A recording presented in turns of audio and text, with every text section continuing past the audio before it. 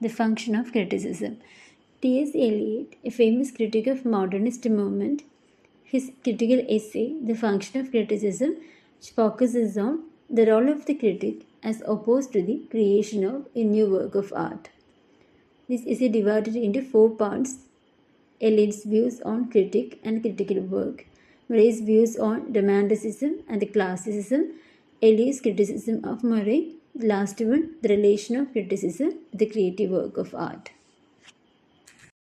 Eliot defines criticism as the commentation and exposition of works of art by means of written words, means the practice of analyzing, interpreting, and evaluating a works of art, often through written commentary. And criticism can never be an autolectic activity. The most important function of criticism is to help readers understand the significance of a literary work. So, the best criticism often emerges from a deep understanding of the creative process itself. He argues that critical work can be a form of creative activity, and he believes great art arises from a combination of individual talent and the engagement of established tradition. Then, concluding this essay, we noticed Middleton Murray's views on romanticism and classicism and how Eliot's objected to it.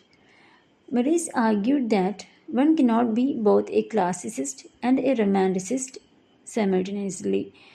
Eliot agrees this statement but disagrees with Murray's comment that the French is classic and that of the English is romantic. Here, the concept of inner voice is disagreeable to Eliot. Eliot objected to Murray's views regarding the inner voice. The inner voice are inconsistent and do not follow any principles. So Eliot calls the belief of the inner voice as vagary.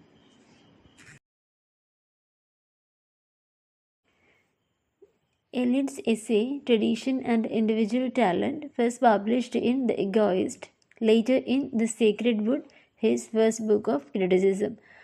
The essay divided into 3 parts: the concept of tradition, theory of impersonal poetry, then conclusion. By tradition, Eliot means that the poets of the past as a whole. It means more than a literary tradition. It refers to social, historical, economic, and cultural factors which influence the poet. The past guide the present. New works or writers must seek guidance from the past. For example, poets like Virgil, Dante, Shakespeare added something, and it guided future writers in their writing. So, tradition and individual talent both are valid and valuable, which can create great work of art. Impersonal theory of poetry. According to Eliot, poetry is an escape from personality, and feelings and emotions are transformed through an artistic process. Here he compared a poet to a catalyst in chemical reaction. Poet as an impersonal medium. Great art is not an expression of the poet's personal emotions. The poem arrives at a broader aesthetic sensibility. Thus, he criticizes Wordsworth's view that poetry has its origin in emotion recollected in tranquility. Concluding his essay, Eliot advocates that the emotion of art is impersonal. According to Eliot, poets not convey their own sincere emotion. The emotions of his poetry are complex and refined. So, it is not necessary that the poet should express his own emotions. In short, in this essay, Eliot argues the poet's individual talent is linked to the literary tradition, and that true originality comes from tradition and not rejected it.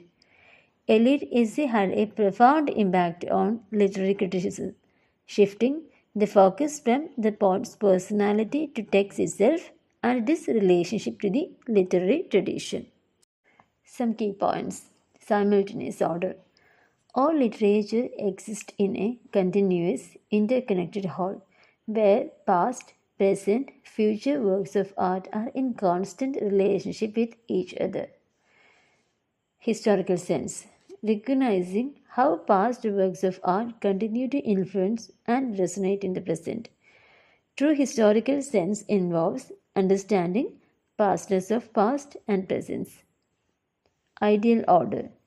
Existing, complete, and interconnected structure of literary tradition. New work of art doesn't exist in isolation but connected to previous works. Some more points. According to Eliot, poet must have a sense of tradition to create truly original work. In this essay, he often draws examples from different periods and cultures to demonstrate the interconnectedness of literary history, like Achilles' Agamemnon, Shakespeare's Othello, to discuss how the present is inseparable from the past. The main themes in tradition and individual talent are tradition, originality, and influence. Poetry is not turning loose emotions but an escape from emotion, and it is not expression of personality but an escape from personality. Critics are able to assess new works within the context of the ideal order. Mind of Europe. A poet familiar with almost all literary history, not just the past and not just the literature of his own country, but the whole mind of Europe. Eliot's next famous essay, Hamlet and His Problems, he criticized Shakespeare's most celebrated play, Hamlet, is an artistic failure. In this essay, he introduced the concept of objective correlative.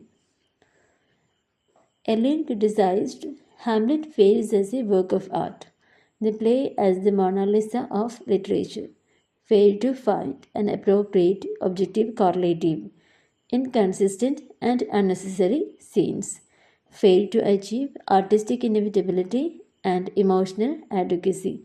Hamlet lacks a unified plot and disjoint narrative structures.